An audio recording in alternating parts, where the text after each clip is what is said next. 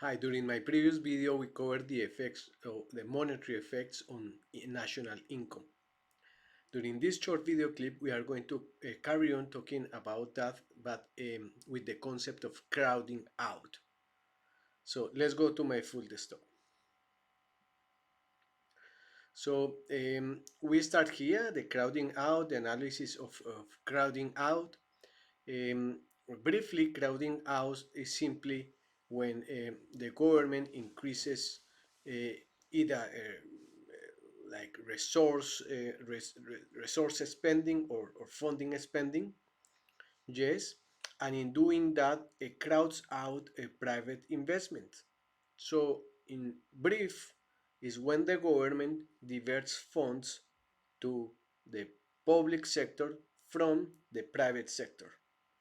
So I have here talking about the analysis of crowding out. Um, this exercise that I have in here. So let me try to fix the window to your screen. So here we have then two concepts of crowding out. The first one is resource crowding out. The second one, financial crowding out. So the first one, resource crowding out, is when the government uses too many resources in terms of labor and raw materials, and that or that would otherwise be used by the private sector. Yes, sometimes that this resource crowding out can happen, especially when we have very specialized sectors in the economy and the government uses those resources for the public sector.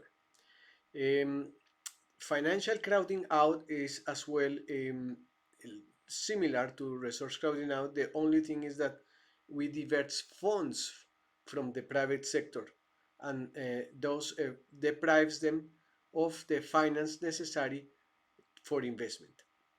Yes, so the weakness of this argument is because it's actually an argument. Yes, there is research about that. The weakness of this argument is that it assumes that supply of money is fixed. If the government spends more or increases the amount of money in the economy, it need not to deprive the private sector of finance. So that is exactly what is happening now. Yes. So at the same time at which the government is spending more and more and more, the central bank is buying more and more government bonds. So that is not depriving the private sector funds. We have here a question: could resource crowding out take place at less than full employment? So if we are talking about resources, we are talking about labor. Yes, so yes, it crowding out take place. Yes, the answer will be yes. Crowding out can take place at less than full employment. Um, so this is because sometimes certain sectors of the economy um, needs specialized labor. So if the government or the public sector takes those units into their own organizations, that is going to deprive or crowd out the private sector. Yes, so even when we are at less than full employment, yes, even when we have a lot of labor available, right? Specialized labor is scarce. All right, so we can come back here. We did just some analysis of crowding out. During the next slides, we are going to cover the topic, the extent of crowding out, and we are going to explain how less responsiveness of demand for money to an interest rate, an interest rate change increases the odds of crowding out, and how the more responsiveness of investments to an interest rate change increases the odds of crowding out. All right, and finally, we are going to cover this analysis under the Keynesian and monetarist assumptions. So that is what we are going to do in the next slides. Before carry on, I would like to ask you the following question. The crowding out effect of a rising government expenditure will be greater.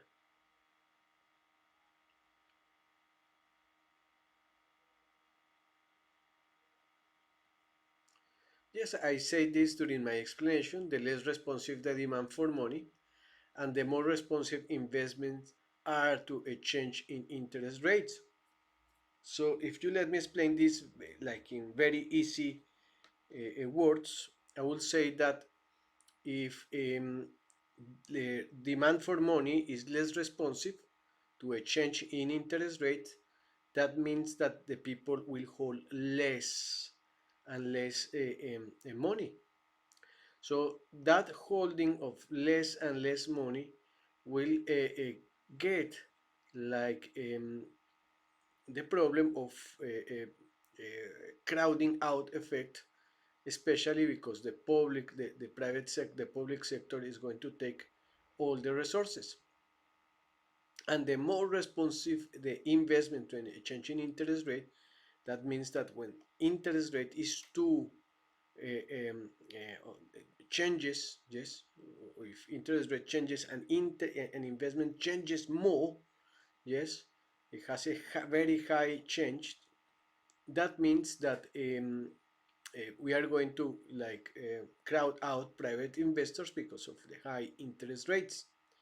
And also, when money supply is exogenously determined, that means that it's a vertical line. We are going to have like a very high crowding out effect. So let's explain this using the following graphs. So we have here a money, yes, this is the curve for the Keynesians, the curve of money supply. I recall that the Keynesians are going to say that banks can create money, so they are in part they are part of the problem of money supply. Is not just the central bank. Monetarists and neoclassicals they are going to say that mainly is the central bank. So they will say that we have a very inelastic money supply curve. Yes, so it's vertical. Um, so yes, we are going to have these two differences. The Keynesians are going to say that the demand for money or liquidity preference L is flat. Yes, so they are going to say that in general money demand is going to be less responsive to changes to interest rates. Yes, so well, let's analyze just in the equilibrium. Yes, so what will happen if we have a change of interest rates? Yes,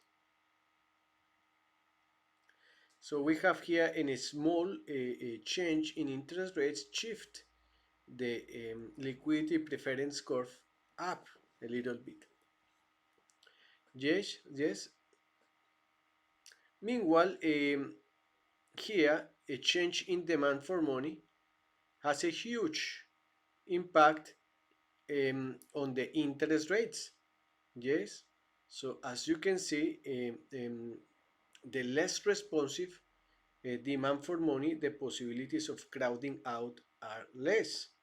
Yes. Um, Here we have, on the other hand, interest rates in the y-axis, and in x-axis we have investment. So imagine again, imagine that the government is increasing government expenditure and the central bank is not supporting him, not supporting it. So what will happen? So we have here an increment, and as you can see, because we have a very inelastic investment curve, very vertical, the change in investment is very small. But what will happen if we increase the interest rates here?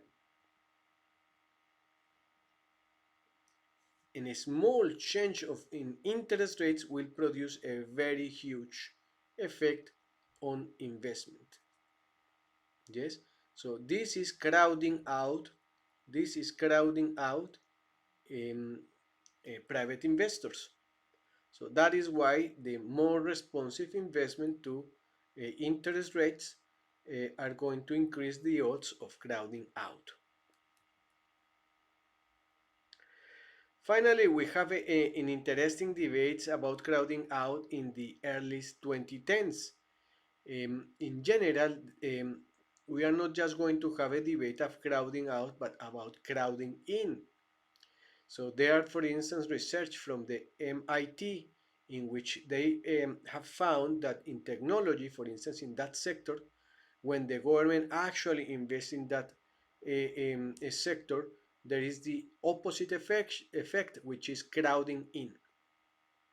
That means that if they increase in just 1% the investment, the public investments in technology or in the technology sector is going to increase by 1.5% the private investment. And that makes sense because actually projects in technology take very long time in order to produce profits. So that is probably the reason why that is happening in that particular sector. Apart from that, there is an interesting paper from China, just analyzing the Chinese economy, in which they analyze different regions and in China and how actual private investment is crowded out when that public investment in different areas in China changes. Yes, so that is a very interesting paper which gives evidence of crowding out in a very big country.